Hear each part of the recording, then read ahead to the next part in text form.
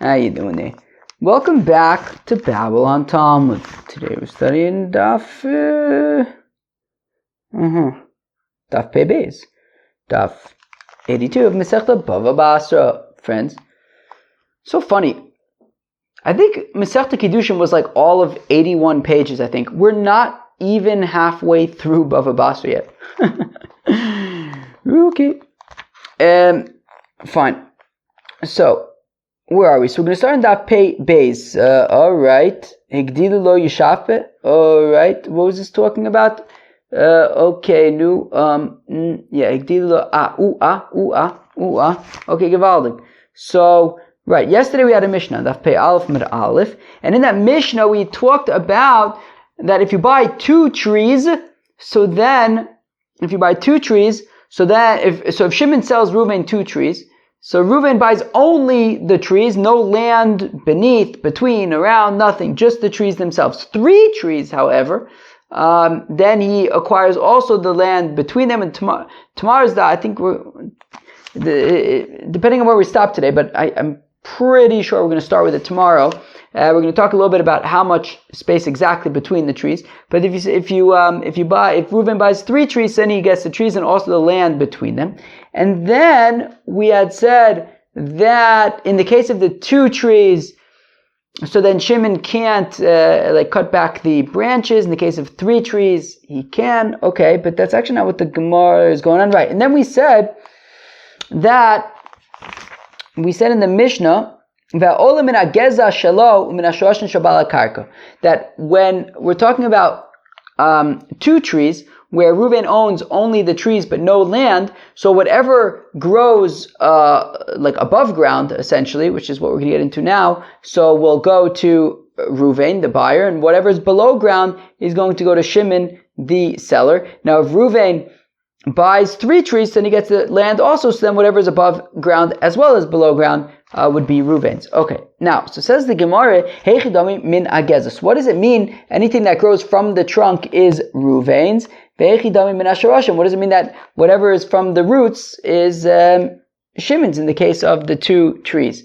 Rabbi Yechanan says, Rabbi Yechanan, kol sheroeh pnei chama zeu min hageza. Says Rabbi Yechanan that if it is be'etzim above ground, that it can see the sun, so then it's considered min hageza, and it would be shaykh to Reuven.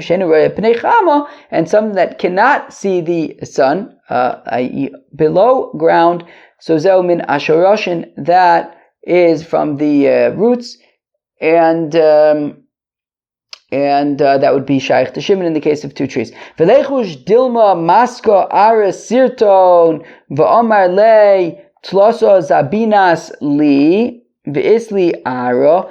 But should we not be concerned that maybe there's going to be some dirt, that dirt is going to creep up on the tree, and there's going to be these shoots that come out of the tree, and it's going to look like there are 3 trees, and now Reuben's going to make a claim that he owns the land between them also, because now he has 3 trees. So Rav Nachman Yikotz, Rav Yochanan Yikotz, so what it means that it's shaykh to Reuven, whatever comes out of the geza, means that he can cut it and keep it for himself. I guess it's like lumber or something like that. So I guess the concern was, I think, is that anything that comes from the, shoots out of the, grows out from the trunk, if we say it belongs to Reuven, well then if he leaves it there, then maybe the dirt will pile up and it will look like 3 trees, and then all of a sudden Reuven's going to make a claim that he actually owns the karka as well.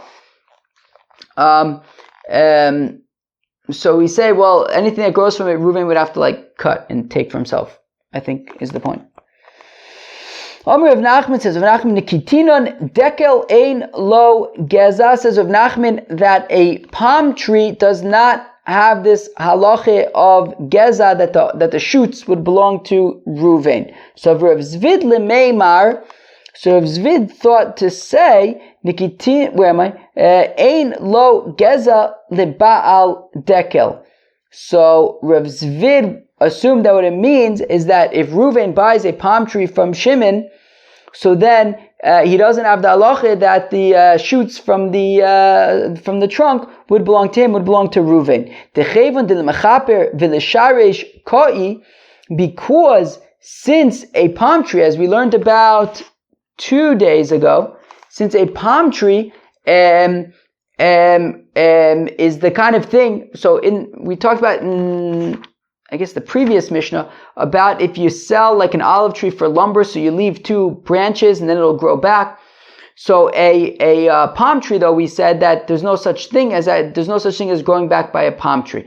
If you cut it down, it's going to stay down, and therefore you uproot the whole thing. So therefore, Rav Zvid thought to say that when Rav Nachman says that by a palm tree there's no halacha of the geza, so Rav Zvid thought to say that, well, because since by a palm tree it's the kind of thing that you uproot, so he already has in mind that whenever the palm tree kind of dries out and dies, so he's going to lose it. So he's not really thinking about like the future and like new stuff coming from the palm tree. Fakert. Lefech, he's thinking like, wait, maybe tomorrow it's going to dry out and that's going to be done. So therefore, because a palm tree is the kind of thing that you uproot and it's gone, so then, that like at some point it might just die out and that's it for the palm tree. And so therefore he's not thinking about the shoots, and therefore the shoots are excluded by a palm tree. Where am I? So he's not really thinking about the shoots.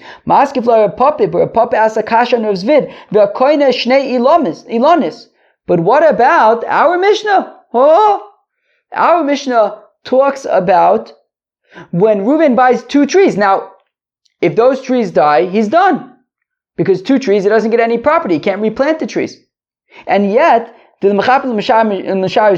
if they die, that's it, they're done. You get rid of them, right? What was the lashon that the Gemara talked about? The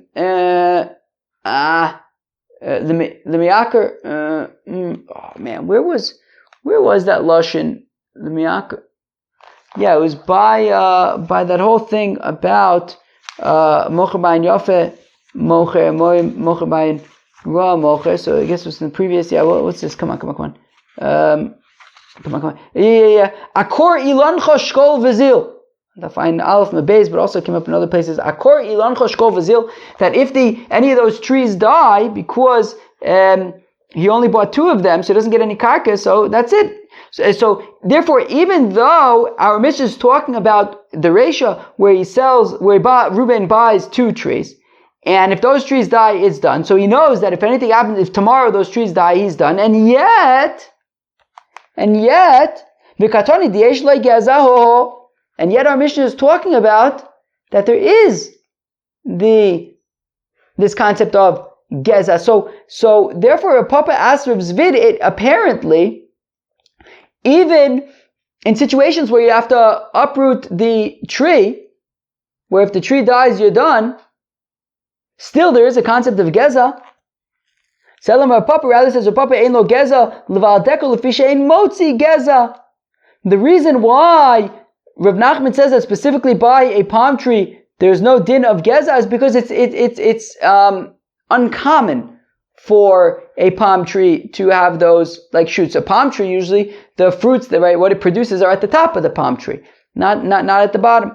And therefore, because it's unlikely, he's not thinking about it. But it's not because of necessarily that it's the kind of thing that you have to uproot when it dies. It's just because it's unlikely specifically by a palm tree. Rav Zvid, Kashi Masnis. And what does Rav Zvid do based on the fact that our Mishnah is a question, right? Rav Papa asked a kasha from our Mishnah, right? Rav Zvid, how can you say that there's no din geza because it's the kind of thing that you uproot? Well, the Mishnah is also talking about things that you uproot, and it does have a din of geza. The context in which you would have geza, a din geza, is if you purchase it for 5 years. So it's not that. So within those 5 years, even if it dies and then you replant it, so then you would be able to. Because our Mishnah, I think the point is that our Mishnah just talks about trees in general, including a palm tree. So even by a palm tree, there would be this din of geza, right? Because the Mishnah doesn't distinguish. There's a din of geza when it comes to these trees, even if there's only 2 of them, even if it's a palm tree. So that's talking about if you buy those trees for, 5 years, and within those 5 years you'd be able to replant it. So therefore, because you know that you'd be able to replant it, so there is a din geza. So even if it kind of dies, you would still be able to replant it during that time. So there's a din geza. Even according to, so that's how Rav Zvid would explain our Mishnah. All right, fine. Kana shlosha kana karka. Now, if he buys 3 trees, so then he oichet gets the property between the trees, and any trees in between the trees, and the land beneath the trees and around the trees. V'chama Amar B'chir Bar Abba Amar B'Yochanan Arezeh Kana Tachtenu V'nein V'chutz Eloyin Kim Lo Or V'Salo. Okay, so how much karka does he get? Right, kana karka. So what are we talking about when it comes to karka? So I'm reading again. Well, he gets the property directly beneath the trees the 3 trees that he buys. And between them, and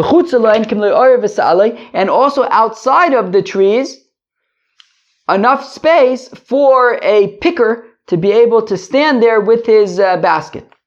Okay. Maskif la Rab Elazar. Rabbi Elazar asks a kasha. Hashta derech ein lo. Skip to the kind of end of the next line. Or v'salo yesh lo. So Rabbi Elazar asks a kasha because if we're talking about where he buys 3 trees, so if he buys 3 trees, so he's buying a shtickle patch, a shtickle property. He's got these 3 trees. He owns the relevant property. Oichit now. So in that case, he's only buying. So in that case, he's sort of what's the word there? Self-sustainable. He's got his own shtickle, right? He's got these 3 trees. He's got his own patch of land, and therefore, in order to get to that patch of land, he's got to take a jetpack, or alternatively, he's got to work something out with Shimon. But he only has access to that patch. It doesn't come along Memela with a path to the patch. And now all of a sudden you're telling me that not only does he get that patch, but he also gets area around the patch for people to stand with their baskets. So again, he doesn't even have a path to get to his patch that he owned. Or Visalo Yeshlo. I'm now on the 4th line of the Amud. And yet you're going to tell me that he's got this area outside of the trees where he could stand with his, where you can have a picker stand with a basket? Amr Ibzeire, says Ibzeire, Medivir Abenu Nilmad. So from what Rabbi Elazar says, we will learn, Shlosha hu de'en lo derech, that if Ruvain buys 3 trees, then he does not also Memela have a path to get to that patch of land. Hashnayim yeshlo. But when Ruvain only buys 2 trees, he does have a path to the trees. Because Ruvain says to Shimon, because I'm on your land, right? Meaning, when Ruvain buys 3 trees, so then he self-sustaining, I think is probably the word. Maybe the word I was thinking of self-sustaining. I don't know if it's the best word, but when Ruvain buys 3 trees, it's like this oasis. Is that even the right word? It's like this island. What's the difference between an oasis and an island? Dennis, I gotta get you here in real time. Is there some way we gotta get Dennis? Is that into the future or into the past? Ooh, that's complicated. Into the future or into the? That's an interesting shaila. Dennis, what do we got to do? We got to get you into the future or into the past? I can't tell. Because I need you here right now. How do I get you? Normally I can only ask you, I can ask you now, but you won't hear it for another week. And you can only answer me a week later. What do we have to do to you to get you, aside from making a phone call? What do we have to do to, get... I guess a phone call. Dennis, I think I just need to have you on hand when I'm right. This is 1 second. I'm just going to phone Dennis, and then I phone Dennis yo, Dennis, what's an oasis versus a an island? An oasis versus an island. What's the difference between an oasis versus an island? I don't even know what I'm talking about anymore. I think I just want to take a nap. Okay, where are we? What was I talking? What did I just wake up? Seriously, where am I? Yeah. Okay, got it. Wow. Okie dokie. So when Reuven buys 3 trees, so he's got his own oasis there, right? Shimon's got all this property, and Reuven's got his little oasis of 3 trees. What's an oasis versus an island? I don't know. Dennis. All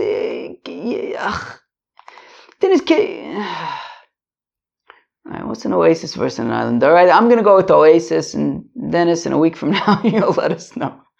All right. Anyways, so Reuven's got this little oasis in there, and that oasis is self-sustaining, right? Meaning Reuven owns the property, Reuven owns the trees, and it's like it's its own thing there. So in that case, Reuven's got his own thing. How does he get his own thing? He takes a jetpack, or he works something out with Shimon. But if Reuven only buys 2 trees, well, then he doesn't own the land beneath it. He doesn't own any of the land around it.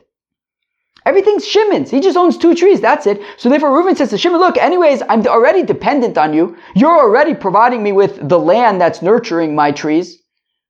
So also provide me with a path to get to my trees. All right. So again, Amr Reb Zera, 4 lines into the Gemara on Pei Beis and Beis. Midivrei Rabbeinu Nilmad, let's learn from Reb Elazar that Shlosha Hu De'ein Lo Derech, that when Reuven owns 3 trees and he's got the shtickle oasis there, well then Ein Lo Derech, he doesn't have Memela, a right, a way to get to his oasis. Shnayim Yesh Lo, but if all Reuven buys is 2 trees, but everything else, all property belongs to Shimon, well, Memela is already dependent on Shimon for the property, for the land to nurture his tree. Well, then the Amale Ba'ara Didoch Kaimi, and Reuven says to Shimon, I'm already on your land, so I'm just I can walk through your land also to get to my trees. Amale Rav Nachman Bar Yitzchak li Rave, says Nachman Bar Yitzchak to Rave, Leima Reb Elazar leis le de Shmuel Rabbi. Very interesting that Shmuel was Reb Elazar's Rebbe. I feel like maybe it's come up, but I think Rabbi Elazar was initially in Bavel. I think that he went to Eretz Yisrael afterwards, I think. But, he was definitely in Eretz Yisrael. I think he started in Bavel and went to Eretz Yisrael, I think. But I guess he was a student of Shmuel. Very interesting. Because Rabbi Elazar is usually with Rabbi Yochanan. I assume we're talking about Rabbi Elazar ben Pedas. Now, so Leim Rabbi Elazar leis le de Shmuel Rabbi. So let's say that Rabbi Elazar does not hold of Shmuel as Rabbi, right? Because Rabbi Elazar is saying that this oasis, that when Shimon sells to Reuven this oasis, Reuven has to take a jetpack to get there. Right? There's no path, Memela included. So now we had this machlokes of mocher bayin yofe mocher bayin ro the Chacham say mocher bayin ro mocher. Rabbi Akiva says mocher bayin yofe mocher, and therefore if you say mocher bayin yofe mocher, then when Shimon sells the oasis to Reuven, he also includes a path. So from the fact that Rabbi Elazar is saying that he has to take a jetpack to the oasis, so Memela we're saying mocher bayin ro mocher. Now Rav paskin like the Chachamim, that mocher bayin ro mocher, like Rabbi Elazar is saying. But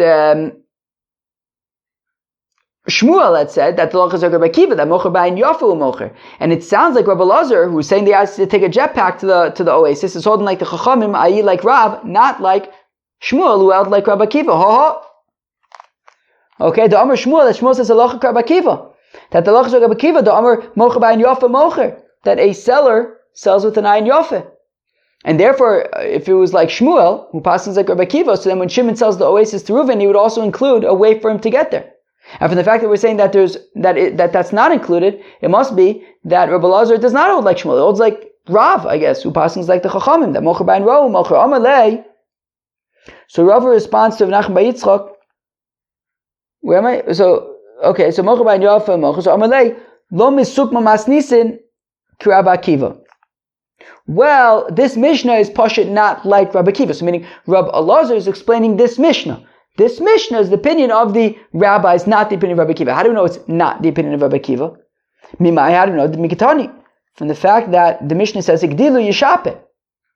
That the Mishnah says that in the scenario where you have the oasis, where Reuven buys 3 trees on Shimon's property, so he has this oasis, Shimon can cut back the branches.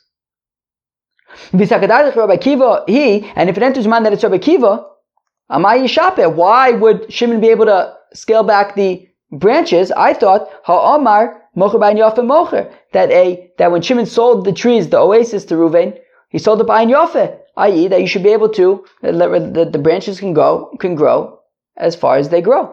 So from the fact that we're saying that Shimon can scale back the branches when they're coming from the oasis, not from 2 trees but 3 trees, so it must be Mocher B'ayin Ro Mocher, like the Chachamim. So Memela, this Mishnah isn't the opinion of Rabbi Akiva. So therefore you can't say, well, Rabbi Elazar doesn't hold like Rabbi Akiva. Rabbi Elazar is talking about a Mishnah that is inherently not Rabbi Akiva.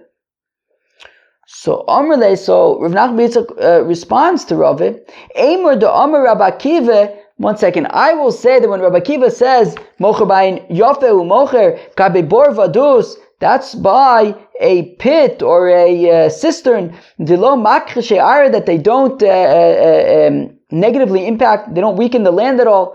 But does Rabbi Akiva say Mocher B'ayin Yafeh Mocher by a tree? Milo Modi Rabbi Akiva, after all, doesn't Rabbi Akiva admit by a tree that is, its branches are going into his friend's field, that he can cut down the branches, enough for him to be able to get by, I think with on a donkey, with like a donkey prodder thingy.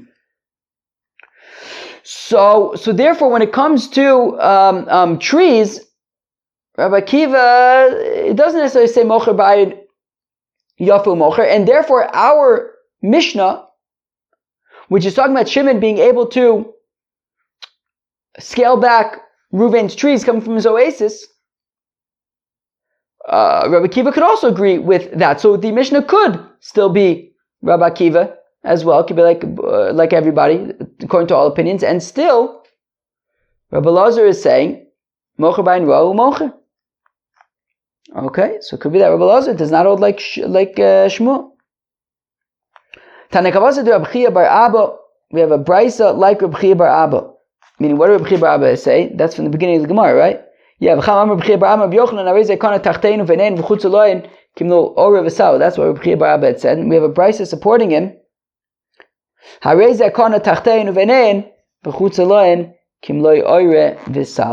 he's kona the land beneath them, between them, and around them enough for a picker and his basket. Amle Abai Rav Yosef, Abai says to Rav Yosef, Osan ore v'salo mi zoran. So that area around the trees, right there, right. So that area around the trees, where Reuven, his picker, could stand there and pick with his basket. Who can plant in that area? Right. So we're saying that Reuven has the right to that area for picking. But what about if Shimon wants to plant in that area? Can Shimon plant in that area? So Omar le Tnisua. So Rav Yosef says, well, that we learn Chitzon Zorea es Aderech. This, I believe, is a Mishnah that's going to be later on Daf Tzadi Tes. So if you have 2 fields, one inner and one outer, Chitzon Zorea es Aderech.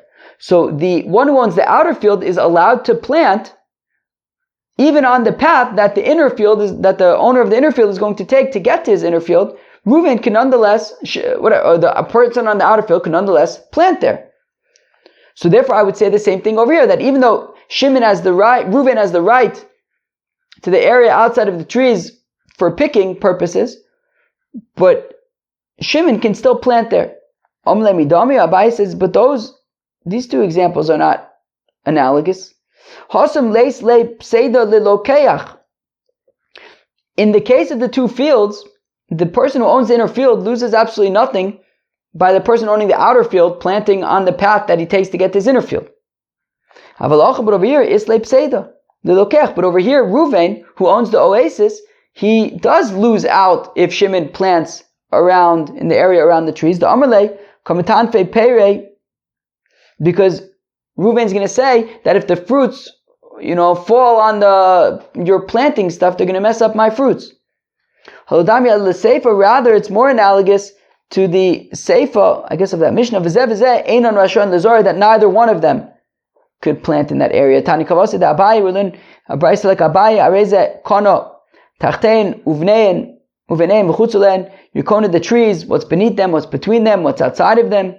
Kimlo Ore V'salu, like a picker in his basket, V'zeh, Einan Rashon the Zora, and neither one of them, neither Reuven nor Shimon, can plant in that area. I'm just looking up quickly. Okay. There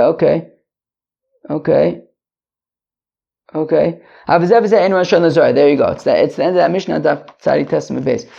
All right. Givaldig. Well, that was Daf Pei Beis Masechta BavaBasra. I think the most notable thing is kind of about this concept of the 3 trees, and that when we say that we own 3 trees, you also own the land beneath the trees, between the trees, any trees that are between the trees, and the space around the trees in order for a picker to be able to stand with his basket and pick. And tomorrow we're going to start with kind of what is the area that these trees exist in, that we say that you're kona the trees and the land and stuff like that. Peace out.